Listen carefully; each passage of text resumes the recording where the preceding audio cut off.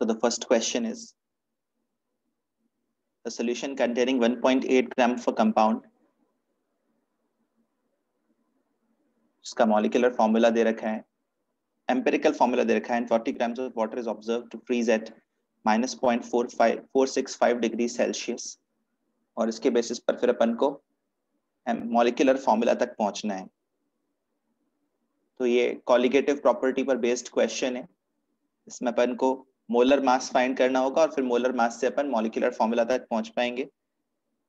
Delta TF is equal to KF times molality, और molality को आगे बढ़कर लिख सकते हैं moles of solute upon mass of solvent in kilograms. ठीक है. Freezing point depression 4.465 degree Celsius दे रखा है. KF की वैल्यू 1.86 है. मोल्स को भी आगे बढ़कर फिर मास अपॉन मोलर मास लिख सकते हैं. मास ऑफ सॉल्वेंट अपन को किलोग्राम्स में सब्स्टिट्यूट करना होता है. यहां से मोलर मास तक पहुंचेंगे. 1.86 इंटू 1.8 अपॉन 0.04 इंटू 0.465. अगर अपन ये मल्टीप्लिकेशन डिवीजन करके देखें तो देखिए क्या मिलता है. 0.465 का अगर डबल करते तो 0.93 होता. 0.93 का भी डबल करते तो 1.86 होता. तो ये 4 टाइम्स कैंसिल हो रहा है, और 4 टाइम्स कैंसिल होने के बाद मोलर मास आ रहा है 180 ग्राम्स पर मोल. 180 ग्राम्स पर मोल. और इस एम्पिरिकल फॉर्मूला का अगर आप यूज करोगे तो आपको मॉलिक्यूलर फॉर्मूला मिलेगा C6H12O6. वैसे भी आप जानते हैं ग्लूकोज का मोलर मास 180 ग्राम्स पर मोल होता है. सेकेंड वाले क्वेश्चन में 1 mole of van der Waals gas के लिए A की वैल्यू गिवन है 0 और वॉल्यूम और B के बीच का रिलेशन गिवन है. इसके बेसिस पर अपन को कंप्रेशन फैक्टर तक पहुंचना है. तो यहाँ पर अपन को van der Waals equation use करनी पड़ेगी. P plus A by VM square times VM minus B equals RT. A की वैल्यू तो 0 गिवन है तो ये वाला टर्म 0 हो गया. और उसके बाद B की वैल्यू भी वॉल्यूम के टर्म्स में एक्सप्रेस कर देते हैं. B की वैल्यू वॉल्यूम के टर्म्स में लिखेंगे तो VM by 10 आ रही है. इसको सॉल्व करेंगे तो 9 by 10 PVM equals RT. तो यहाँ से Z की वैल्यू PVM by RT हो जाएगी 10 by 9. ठीक है. 10 by 9 is the third option. 28th question पर आते हैं. किसी भी बोर एटम या आयन में ऐसा बोला जा रहा है कि सिर्फ वही ऑर्बिट्स अलाउड हैं जिनका प्रिंसिपल क्वांटम नंबर इवन हो, 2, 4, 6 इस तरह से. Odd number of quantum numbers allowed नहीं है. Then the maximum wavelength of radiation emitted in the visible region of hydrogen spectrum would be.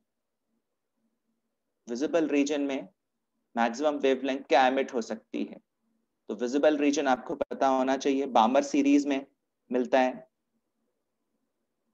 बामर series में visible region में लाइट emit होती है, और बामर सीरीज में इलेक्ट्रॉन हमेशा n = 2 पर आता है. तो ये बात तो क्लियर हो गई कि n = 2 पर आना है. मैक्सिमम वेवलेंथ कब एमिट होगी? वेवलेंथ हमेशा एनर्जी गैप से डिसाइड होती है. तो एनर्जी गैप अगर मिनिमम होगा तो वेवलेंथ मैक्सिमम होगी. ठीक है. और मिनिमम एनर्जी गैप कब मिलेगा? n = 2 पर आना है तो मिनिमम एनर्जी गैप 4 से आने पर मिलेगा. तो इनिशियल लेवल 4 है, फाइनल लेवल 2 है. फिर अपन रिडबर्ग्स इक्वेशन अप्लाई करेंगे. 1 by lambda is equal to R 1 by 2 square minus 1 by 4 square. तो आप देखोगे ये 3R by 16 आ रहा है. तो लैम्डा हो जाएगा 16/3r। ठीक है, 16/3r is the fourth option. Next question पर आते हैं। Correct statements about P, Q and R identify करने हैं। तो अगर आप ध्यान से इन स्ट्रक्चर्स को, इन फिशर प्रोजेक्शंस को देखेंगे तो पी एंड क्यू में आप देख सकते हैं कि अगर मैं पी को पेपर के प्लेन में ही 180 डिग्री से टर्न कर दूं, इस तरह का रोटेशन अलाउड होता है फिशर प्रोजेक्शन में, पेपर के प्लेन में ही 180 डिग्री से रोटेट कर दूं तो ये COOH ऊपर पहुंच जाएगा, COOCH3 नीचे आ जाएगा, और ये जो OH राइट में दिख रहे हैं वो लेफ्ट में हो जाएंगे, जो H राइट लेफ्ट में दिख रहे हैं वो राइट में चले जाएंगे। इसके बाद अपन P और Q में कंपैरिजन कर सकते हैं। अगर आप P एंड Q को देखें तो इसमें आप पाएंगे कि P एंड Q एक दूसरे के मिरर इमेज नजर आ रहे हैं। इस तरफ मिरर रखकर अगर मैं इमेज लूं तो इस तरह की इमेज बनेगी, और ये जो इमेज बन रही है, this is the exactly what the molecule Q is. तो P का मिरर इमेज Q आ रहा है, इसका मतलब P and Q must be enantiomers. ये बात पक्की हो गई। Q एंड R में अगर अपन देखते हैं तो एक कार्बन पर तो रिलेटिव कॉन्फ़िगरेशन सेम दिख रहा है, पर दूसरे कार्बन पर रिलेटिव कॉन्फ़िगरेशन अलग दिख रहा है। इसलिए जो Q एंड R हैं वो डायस्टीरियोमर्स हो जाएंगे, डायस्टीरियोमर्स। ठीक है, फोर्थ ऑप्शन इसका करेक्ट है। Arrange the following alkyl halides in the decreasing rate according to the decreasing rate of SN1 reaction. SN1 reaction में अगर रेट डिसाइड करना है और आपको सबस्ट्रेट्स गिवन है तो आपको पहले कार्बोकेटायंस बनाकर देखने चाहिए, क्योंकि SN1 रिएक्शन में कार्बोकेटायन बनता है। ज्यादा स्टेबल कार्बोकेटायन ही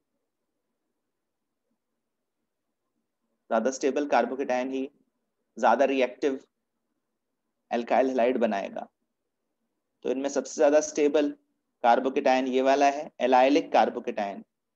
फिर ये 2 डिग्री कार्बोकेटायन, और ये विनाइलिक कार्बोकेटायन है, और vinylic carbocation relatively less stable होते हैं। तो फर्स्ट की रिएक्टिविटी सबसे ज्यादा है, थर्ड की रिएक्टिविटी सबसे कम है, तो ये भी आसान है, ये हो जाएगा answer. Consider the following methyl substituted benzoic acids. Benzoic acids की एसिडिटी का ऑर्डर डिसाइड करना है, और ये तीनों के तीनों मिथाइल सब्स्टिट्यूटेड बेंजोइक एसिड्स हैं। यहां पर आपको ये याद रखना पड़ेगा कि जब मिथाइल ग्रुप बेंजोइक एसिड में ऑर्थो पोजीशन पर लगा होता है, ऑर्थो पोजीशन पर लगे होने के कारण इसके CH3 ग्रुप के इलेक्ट्रॉन्स और COH ग्रुप के इलेक्ट्रॉन्स आपस में एक दूसरे को रिपेल करते हैं, और रिपल्शन के कारण ये दोनों ग्रुप्स सेम प्लेन में नहीं रहते। अगर ये COH प्लेन के ऊपर जाएगा तो ये CH3 प्लेन के पीछे जाएगा। इस तरह के ओरिएंटेशन से एक्वायर करते हैं म्यूचुअल रिपल्शंस के कारण, और इस तरह का जब ओरिएंटेशन आता है तो भी ये COH ग्रुप जो है ये बेंजीन रिंग के साथ फिर कॉन्जुगेशन नहीं कर पाता।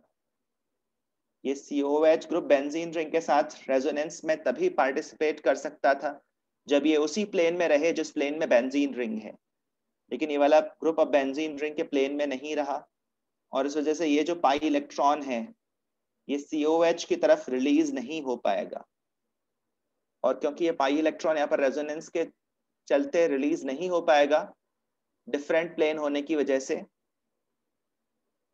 इसका मतलब ये निकला कि बेंजीन रिंग COH की तरफ इलेक्ट्रॉन रिलीज नहीं कर पाएगी। ठीक है ना,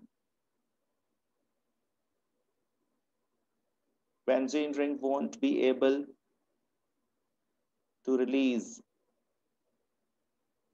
electron cloud towards COOH group. और आप ये समझते होंगे कि जो इलेक्ट्रॉन रिलीजिंग ग्रुप्स होते हैं वो एसिडिक स्ट्रेंथ को कम करते हैं। तो यहाँ पर क्योंकि इलेक्ट्रॉन रिलीज नहीं हो पा रहा है इसलिए एसिडिक स्ट्रेंथ कम नहीं हो पा रही, और इसी वजह से इस ऑर्थो सब्स्टिट्यूटेड बेंजोइक एसिड की, इसको ऑर्थोटोलुइक एसिड भी बोल सकते हैं, इसकी स्ट्रेंथ सबसे ज्यादा होगी एज एन एसिड। तो सेकेंड वाला मॉलिक्यूल सबसे आगे रहेगा, ठीक है, जो कि थर्ड ऑप्शन में ही नजर आ रहा है और किसी में नहीं। ऑर्थो पोजीशन पर जब एक ग्रुप आता है और वो COH के साथ रिपल्शन क्रिएट करता है और डिफरेंट प्लेन में चला जाता है तो इससे एसिडिक स्ट्रेंथ बढ़ जाती है, ऐसा हमने यहाँ पर ऑब्जर्व किया, और इस इफेक्ट को बोलते हैं ऑर्थो इफेक्ट। यहाँ पर ऑर्थो इफेक्ट के कारण सेकेंड वाले मॉलिक्यूल की एसिडिक स्ट्रेंथ ज्यादा है। 32nd क्वेश्चन, एसिटल्डिहाइड और HCN की रिएक्शन। यह है एसिटल्डिहाइड, यह है HCN। पहले ऑक्सीजन इसका H+ एक्सेप्ट करेगा, फिर साइनाइड जाकर अटैच होगा और इस तरह से पेयर ऑफ एनेंशियोमर्स बनेंगे, ये और इसका मिरर इमेज, क्योंकि यहाँ पर कायरल सेंटर क्रिएट हो रहा है।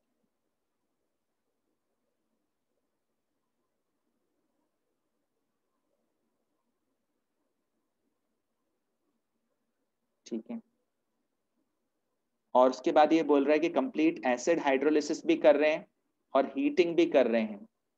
एसिड हाइड्रोलिसिस करने पर ये जो साइनाइड ग्रुप है ये COOH में कन्वर्ट हो जाएगा। तो दोनों ही केसेस में COOH बन जाएगा, और बाद में हीटिंग करने पर डिहाइड्रेशन हो जाएगा। एसिडिक मीडियम में हीटिंग करने पर डिहाइड्रेशन हो जाएगा, और ये जो ऑर्थोहाइड्रोक्सी कार्बोक्सिलिक एसिड था इसमें अल्फा बीटा अनसैचुरेशन आ जाएगा। ठीक है, इसको आई थिंक एक्राइलिक एसिड बोलते हैं। ये प्रोडक्ट बनेगा जो कि फर्स्ट ऑप्शन में नजर आ रहा है। 33rd question, equal number of sigma and pi bonds. तो ये तो आसान है, आप इजीली आइडेंटिफाई कर लेंगे अगर आप सबके स्ट्रक्चर्स बनाएं तो। XeO4 इसका आंसर होगा, क्योंकि XeO4 में जेनॉन और ऑक्सीजन के बीच के सारे बॉन्ड्स डबल बॉन्ड्स हैं, इसके चलते इसमें 4 sigma and 4 pi bonds present हैं। बाकियों को भी आप इंडिविजुअली चेक कर सकते हो, उनमें ऐसा नहीं है। 34th question, which statement is correct at 25 degrees Celsius and 1 atmosphere pressure? Standard Gibbs free energy of formation of liquid mercury is 0. Standard enthalpy of formation of iodine gas is 0. Standard enthalpy of formation of liquid water is 0. Standard entropy of NaCl is 0. तो इसमें से कौन सा statement सही होगा? ध्यान रहे, reference state of element रहता तो standard Gibbs free energy of formation 0 होता। आयोडीन का रेफरेंस स्टेट I2 सॉलिड होता है, I2 गैस नहीं होता। और वाटर तो एक कंपाउंड है, कंपाउंड्स का एंथैल्पी ऑफ फॉर्मेशन 0 नहीं, एलिमेंट्स का एंथैल्पी ऑफ फॉर्मेशन 0 हो सकता है अगर वो अपने रेफरेंस स्टेट में बनाए गए हों तो यहाँ पर सही आंसर हो जाएगा फर्स्ट ऑप्शन। मरकरी का रेफरेंस स्टेट लिक्विड स्टेट है, 25 डिग्री सेल्सियस पर मरकरी लिक्विड होता है। रेफरेंस स्टेट अगर एलिमेंट का लें तो उसका standard Gibbs free energy of formation 0 होगा, स्टैंडर्ड एंथैल्पी ऑफ फॉर्मेशन भी 0 होगा। 35th क्वेश्चन, ये chemical reaction standard electrochemical cell में हो रही है, मतलब शुरू में कॉन्सेंट्रेशंस 1 मोलर है इन द बिगिनिंग। अगर अपन इस सेल के लिए E0 सेल फाइंड करें, E0 cathode minus E0 anode, ठीक है, तो जो भी वैल्यू आ रही है वो पॉजिटिव आ रही है, पॉजिटिव वैल्यू आ रही है, बात तो पक्की है। और अगर पॉजिटिव वैल्यू आ रही है इसका मतलब ये सेल वर्क करेगा स्टैंडर्ड कंडीशंस में। स्टैंडर्ड कंडीशंस में अगर ये सेल वर्क करेगा तो ये वाली साइट एनोड है और ये वाला इलेक्ट्रोड कैथोड है। इलेक्ट्रॉन्स का मूवमेंट हमेशा एनोड से कैथोड के थ्रू के तरफ होता है, मतलब जिंक से टिन की तरफ इलेक्ट्रॉन्स का मूवमेंट होगा एक्सटर्नल सर्किट में। ये स्टेटमेंट सही है क्योंकि ऑक्सीडेशन हो रहा है जिंक का, तो समय के साथ जिंक आयंस की कॉन्सेंट्रेशन बढ़ेगी या कम होगी? बोलिए। जिंक का ऑक्सीडेशन हो रहा है तो टाइम के साथ जिंक आयंस की कॉन्सेंट्रेशन बढ़ेगी और वोल्टेज डिक्रीज होती जाएगी। समय के साथ सेल डिस्चार्ज होगा, delta G will approach zero, E cell will also approach zero, cell will get discharged, तो वोल्टेज जो है वो पॉजिटिव वैल्यू से जीरो पर जाएगा। ये तीनों स्टेटमेंट्स सही हैं, फोर्थ ऑप्शन करेक्ट होगा। 36th क्वेश्चन, क्लोराइड आयंस की कॉन्सेंट्रेशन एक सैचुरेटेड सॉल्यूशन में क्या होगी ये बताना है। तो ये भी आसान क्वेश्चन है। KSP का एक्सप्रेशन अप्लाई करना है।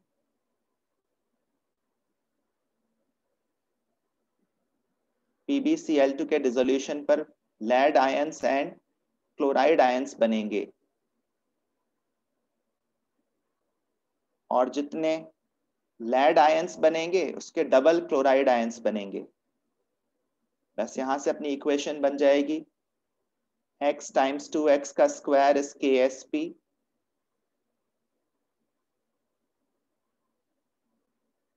ठीक है। एक्स क्यूब की वैल्यू यहां से आ जाएगी, आप देखेंगे 8 इंटू 10⁻⁻9, एक्स की वैल्यू हो जाएगी 2 इंटू 10⁻⁻3। एक्स जो है वो लेड आयंस की कॉन्सेंट्रेशन है और इसको डबल करने पर क्लोराइड आयंस की कॉन्सेंट्रेशन मिलेगी। ध्यान रहे डबल करना मत भूलना, अदरवाइज गलत ऑप्शन मार्क हो जाएगा। 4 into 10⁻⁻3 is the answer. 37th question metallurgy से है, तो करेक्ट स्टेटमेंट्स आइडेंटिफाई करने।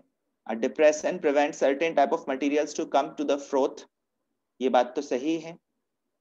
कॉपर मैट में Cu2S और ZnS होते हैं, ये बात सही नहीं है। फेरस सल्फाइड प्रेजेंट होता है कॉपर मैट में, तो सेकंड स्टेटमेंट रॉन्ग है।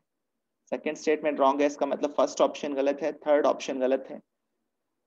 Solidified copper obtained from reverberatory furnace had blistered appearance due to the evolution of SO2 during the extraction, ये स्टेटमेंट सही है।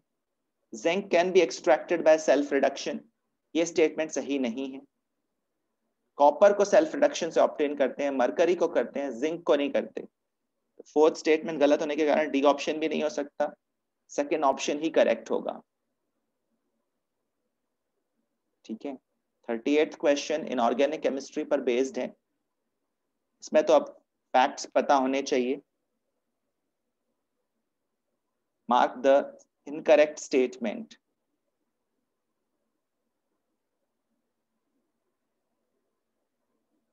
Oxygen in basic medium permanganate ion oxidizes iodide ion to I2. Scandium and zinc does not show variable oxidation state. Cobalt 3+ is more oxidizing than Mn3+. तो ये facts based question है, इसके facts आप देख लीजिएगा। Inorganic chemistry का मुझे बहुत ज्यादा आइडिया नहीं है। Oxygen is superior in stabilizing highest oxidation state of transition metal than fluorine. Oxide ion को स्ट्रॉन्गर लिगैंड बता रहा है एज कंपेयर टू फ्लोरीन। इसमें अपन को देखना पड़ेगा फैक्चुअली क्या चीज सही है, इसको आप देखिएगा। 39th क्वेश्चन की तरफ आते हैं। यहाँ पर माल्टोज का स्ट्रक्चर डिस्क्राइब किया हुआ है। माल्टोज में दो डी ग्लूकोज यूनिट्स हैं, ये बात तो सही है। डायसैकेराइड है, दो ग्लूकोज यूनिट से मिलकर बना है। C1 of one glucose is linked to C4 of the other unit. ये जो ऑक्सीजन है यहाँ पर अपना फंक्शनल ग्रुप था, ये C1 है, यहाँ पर CHO ग्रुप था, ये सेकेंड कार्बन, ये थर्ड कार्बन, ये फोर्थ कार्बन, ये फिफ्थ कार्बन, ये सिक्स्थ कार्बन है। ऐसे ही यहाँ पर 1 2 3 4 5 6, तो जो कार्बन्स आपस में लिंक्ड हैं वो है C1 एंड C4, ये स्टेटमेंट भी सही है। डाइसैकेराइड है, ये स्टेटमेंट भी सही है क्योंकि दो यूनिट्स कंबाइन हुई हैं। It is a non reducing sugar, definitely ये स्टेटमेंट गलत होना चाहिए। नॉन रिड्यूसिंग शुगर का मतलब ऐसा शुगर जो ऑक्सीडाइज ना हो और दूसरों को रिड्यूस ना करे। पर क्योंकि इसके अंदर एक हेमी एसिटल ग्रुप मिल रहा है, यहाँ पर देखो ये हेमी एसिटल ग्रुप मिल रहा है, एक ही कार्बन पर ऑक्सीजन भी है और OH भी है, तो ये जो हेमी एसिटल ग्रुप है ये ऑक्सीडाइज हो जाता है, इस वजह से ये एक रिड्यूसिंग शुगर है। Next question, calcium phosphide plus HCl। Calcium phosphide में एक्चुअली एक तरह से फॉस्फाइड आयंस प्रेजेंट है P3-, और यहां से H+ आयंस मिलेंगे। फॉस्फाइड और H+ आयंस मिलकर जो कंपाउंड बनाएंगे वो PH3 है। ऐसे ये वाली जो रिएक्शन है सेकेंड वाली, ये P4 का डिस्प्रपोर्शनेशन है, इसका भी एक प्रोडक्ट PH3 होता है और दूसरा प्रोडक्ट H2PO2- होता है। ये रिएक्शंस तो अपन को फैक्चुअली पता होनी चाहिए तभी अपन कर पाएंगे। सेकेंड रिएक्शन का प्रोडक्ट भी PH3 है। और थर्ड रिएक्शन एक एसिड बेस रिएक्शन है, ये बेस है, ये एसिड है, K+ और I- ने मिलकर Ki बनाया, सॉल्ट, वाटर बन रहा है, इसके अलावा PH3 भी बनेगा, जैसे NH3 गैस बनती उस तरह से यहाँ पर PH3 बनेगा। तो तीनों ही रिएक्शंस में यहाँ पर PH3 ऑब्टेन होगा, तो यहाँ पर आंसर हो जाएगा second option. 41st question, each of the compounds were dissolved in water to make it 0.01 molar solution. Increasing conductivity in solution, conductivity का असेंडिंग ऑर्डर बनाना है, तो यहाँ पर अपन को देखना पड़ेगा कि किसमें कितने आयंस प्रेजेंट हैं पर फॉर्मूला यूनिट। जैसे ये है, इसमें सारे के सारे ammonia molecules definitely complex ion के अंदर होंगे, तो उसका फॉर्मूला कुछ इस तरह से होगा। इसके एक फॉर्मूला यूनिट में 5 आयंस हैं पर फॉर्मूला यूनिट। इसके अंदर आप देखोगे CrNH3 होल 6 Cl3 हो जाएगा, इसमें 4 आयंस हैं पर फॉर्मूला यूनिट, इसका हो जाएगा CONH3 होल 4। अमोनिया मॉलिक्यूल सारे के सारे कोऑर्डिनेशन स्फीयर के अंदर रहेंगे, इससे मिलने वाले हैं 2 आयंस पर फॉर्मूला यूनिट, और K2PtCl6 से मिलने वाले हैं 3 आयंस पर फॉर्मूला यूनिट। तो जो ज्यादा आयंस प्रोड्यूस कर रहा है नेचुरली उसकी कंडक्टिविटी ज्यादा होगी। सबसे आगे तो ये वाला कंपाउंड होगा और सबसे पीछे ये वाला, ऐसा अपन को B ऑप्शन में भी नजर आ रहा है और C ऑप्शन में भी नजर आ रहा है। उसके बाद इन दोनों में अगर कंपेयर करें तो CONH3 होल 4 Cl3 की कंडक्टिविटी ज्यादा होनी चाहिए, अकॉर्डिंगली थर्ड ऑप्शन करेक्ट होना चाहिए। जो ज्यादा आयंस प्रोड्यूस करेगा फॉर्मूला यूनिट से उसकी कंडक्टिविटी ज्यादा होगी, ज्यादा चार्ज वाले आयंस प्रोड्यूस भी करेगा तो भी कंडक्टिविटी ज्यादा होगी। थर्ड ऑप्शन सही है। 42nd क्वेश्चन, कितने यूनिट सेल्स प्रेजेंट हैं NaCl के क्रिस्टल में जिसका मास 1 ग्राम्स है? तो अगर आपको NaCl का स्ट्रक्चर पता हो तो NaCl के एक फॉर्मूला यूनिट में, सॉरी एक यूनिट सेल में 4 फॉर्मूला यूनिट्स प्रेजेंट रहते हैं, 4 formula units of sodium chloride per unit cell. तो मास ऑफ NaCl मुझे पता है, यहां से मैं मोल्स ऑफ NaCl फाइंड कर लूंगा, 1/58.5। मोल्स ऑफ NaCl फाइंड करने के बाद number of formula units find करेंगे और उसको 4 से डिवाइड करेंगे, क्योंकि हर यूनिट सेल में 4 फॉर्मूला यूनिट्स हैं, मतलब जितने फॉर्मूला यूनिट्स हैं उसके मुकाबले 1/4 है यूनिट सेल्स का नंबर।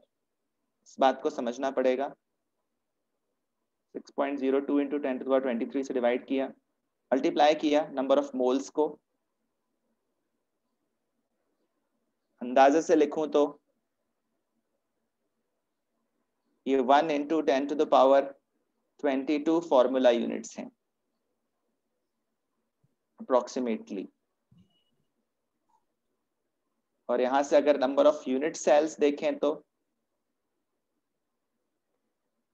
1/4 करने पर मिलेंगे।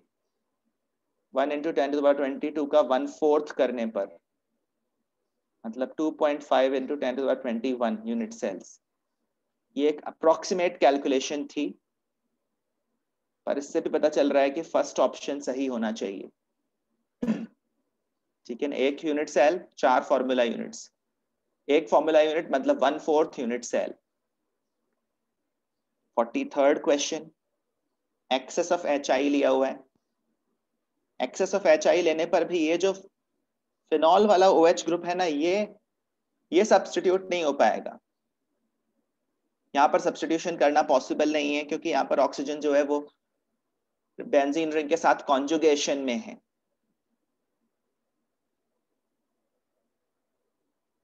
ठीक है, यहाँ पर प्रोटोनेशन होगा, आयोडाइड जो आएगा वो यहाँ पर अटैक करेगा और इस तरह से इसको डिपार्ट करना चाहिए। PHCH2I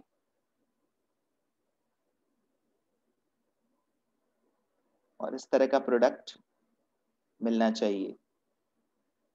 second option should be correct. इस वाले OH ग्रुप को सब्स्टिट्यूट करना डिफिकल्ट होना चाहिए, क्योंकि ये बेंजीन रिंग से अटैच्ड है, बेंजीन रिंग के साथ कॉन्जुगेशन में है। This bond will be difficult to break. Second option should be correct. 44th question facts based question है। कौन सा स्टेटमेंट इनकरेक्ट है ये पहचानना है। Solutions of alkali metals in liquid ammonia are strongly reducing in nature.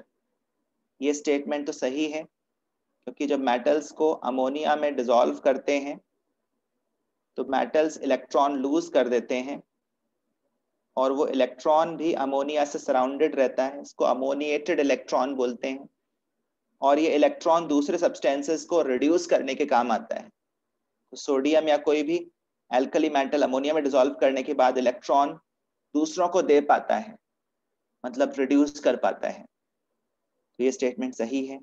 BeCl2 linear molecule होता है vapour phase में, पॉलीमेरिक हो जाता है सॉलिड स्टेट में, ये स्टेटमेंट भी सही है। कैल्शियम कार्बाइड, कैल्शियम कार्बाइड में एक्चुअली कार्बाइड आयन ये होता है C22-, और ये C22- अपने आप में एक स्ट्रॉन्ग बेस भी होता है, और ये वाटर से H+ पुल कर लेता है। वाटर से H+ पुल करने के बाद एसिटाइलिन बन जाती है। तो ये स्टेटमेंट भी सही है। जो स्टेटमेंट गलत है वो ये है, calcium is also an essential component of chlorophyll. Chlorophyll में एक्चुअली मैग्नीशियम प्रेजेंट होता है, कैल्शियम नहीं, मैग्नीशियम प्रेजेंट होता है। 45th क्वेश्चन में आपको इन मॉलिक्यूल्स के LiAlH4 के साथ होने वाले रिडक्शन के प्रोडक्ट्स बताने हैं। तो ये तो एक आसान क्वेश्चन है। जैसे फर्स्ट पार्ट में एस्टर गिवन है, LiAlH4 एक स्ट्रॉन्ग रिड्यूसिंग एजेंट है और एस्टर्स को भी अल्कोहल में कन्वर्ट कर देता है। तो फर्स्ट केस में ये प्रोडक्ट बनना चाहिए, और यहां से ये वाला पार्ट अलग भी हो जाना चाहिए, वो भी CH3OH में बदल जाएगा। तो P जो है उसका मैच 3 है, P मैचेस विथ 3। और ये जो है एक एनहाइड्राइड है, इस एनहाइड्राइड के रिडक्शन पर भी अल्कोहल बनेगा LiAlH4 से। तो Q क्लियरली 4 से मैच होगा।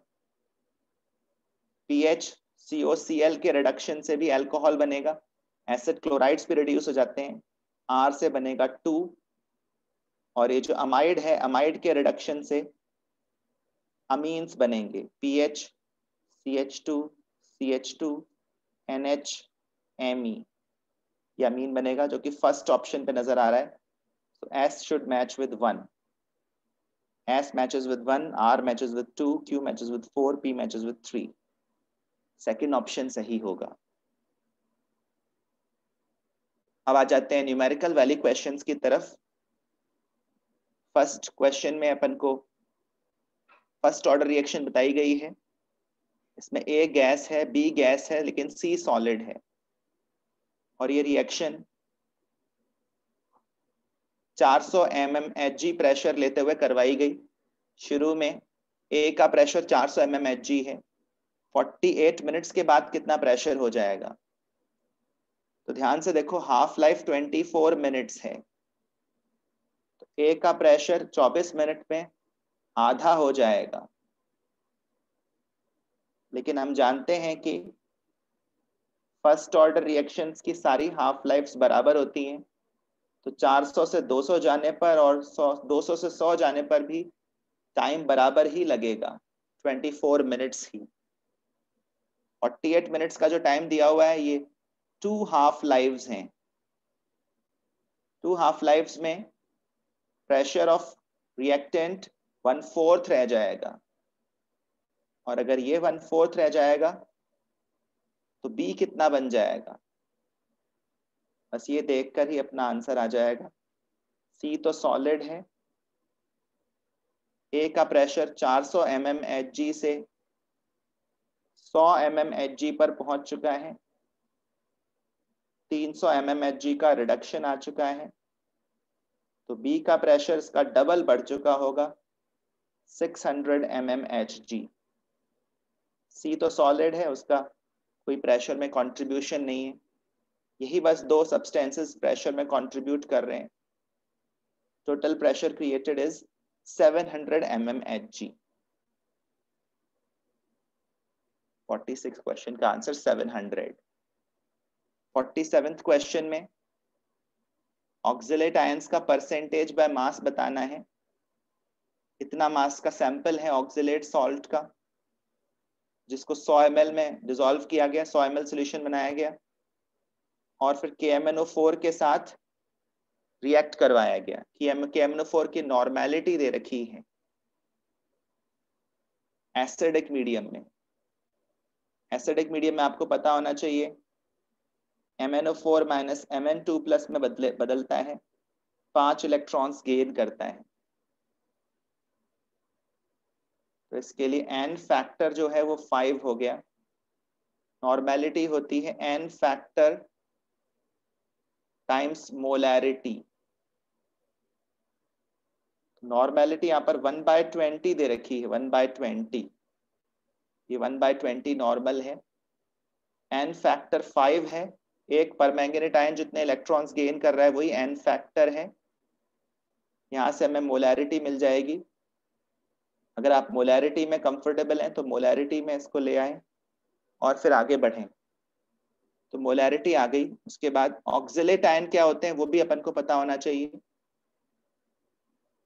ऑक्सिलेट आयन C2O4 2- होता है, COO माइनस COO माइनस, और ये ऑक्सीडाइज होकर कार्बन डाइऑक्साइड बनाएगा। इन सब प्रोडक्ट्स का अपन को आइडिया होना चाहिए। परमैंगनेट आयन Mn2+ में बदलेगा, ऑक्सिलेट आयन CO2 में बदलेगा। ये फैक्ट्स अपन को पता होने चाहिए। यहाँ ये 2 इलेक्ट्रॉन्स का लॉस कर रहा है। इस रिएक्शन को 2 से और इस रिएक्शन को 5 से मल्टीप्लाई करके अगर मैं ऐड कर लूं, 2 permanganate ions plus 5 oxalate ions gives 2 Mn2 plus 10 CO2। अभी ये रिएक्शन फुल्ली बैलेंस्ड नहीं है, लेकिन फिर भी क्वेश्चन को सॉल्व करने के लिए इतनी बैलेंसिंग सफिशिएंट है। ठीक है, यहां से अपन लिख सकते हैं moles of permanganate ion upon 2 equals moles of oxalate ions upon 5। Moles of oxalate ions 5/2 times permanganate के मोल्स हैं, और परमैंगनेट के मोल्स यहां से मिलेंगे। ये है वॉल्यूम और ये रही मोलैरिटी। वॉल्यूम दे रखा है 90 ml और मोलैरिटी आई है 1/100। ये सब मल्टीप्लिकेशन अगर करें 0.9 2.5 इंटू 0.9, यहाँ तक अपन पहुंचते हैं मिली मोल्स में। इसको भी ग्राम्स में या मिलीग्राम्स में बदल लेते हैं।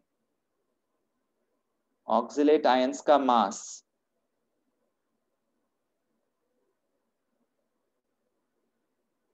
ऑक्सिलेट आयंस का मास फाइंड करने के लिए इसके मोलर मास से मल्टीप्लाई करें। 64 + 24 88।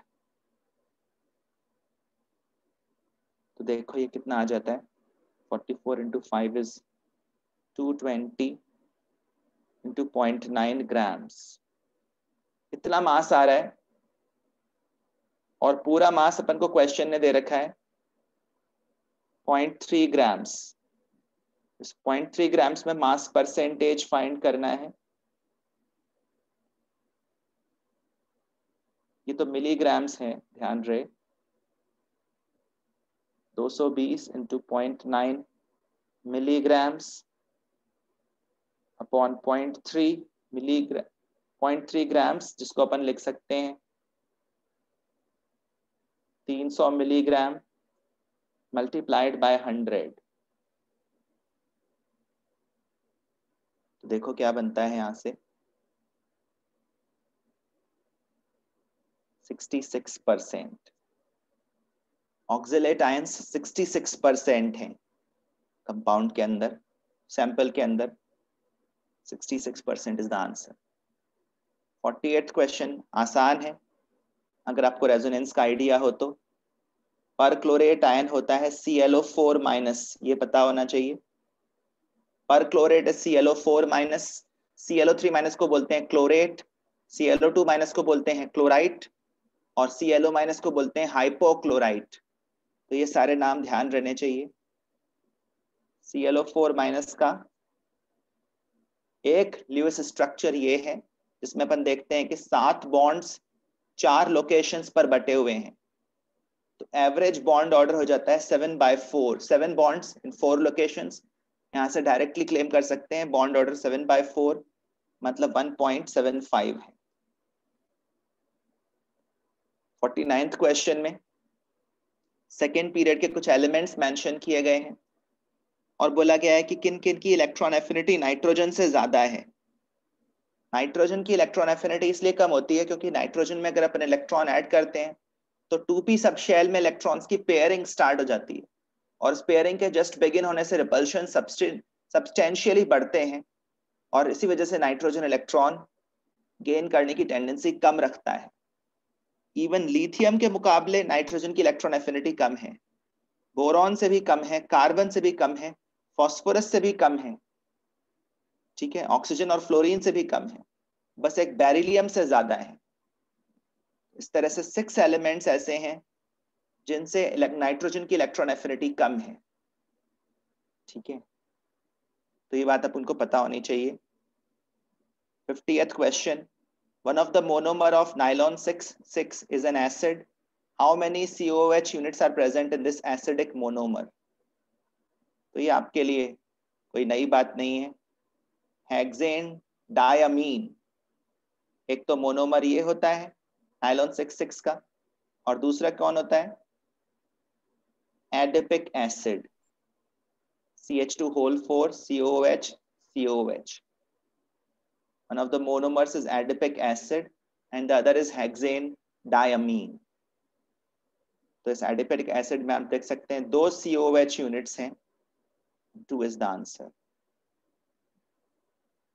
ठीक है। That's it about yesterday's test paper. मेरे ख्याल से तो ये फेयरली इजियर ही था, ज़्यादा डिफिकल्ट नहीं था। इनऑर्गेनिक केमिस्ट्री पर आप लोग स्पेशल फोकस करिए।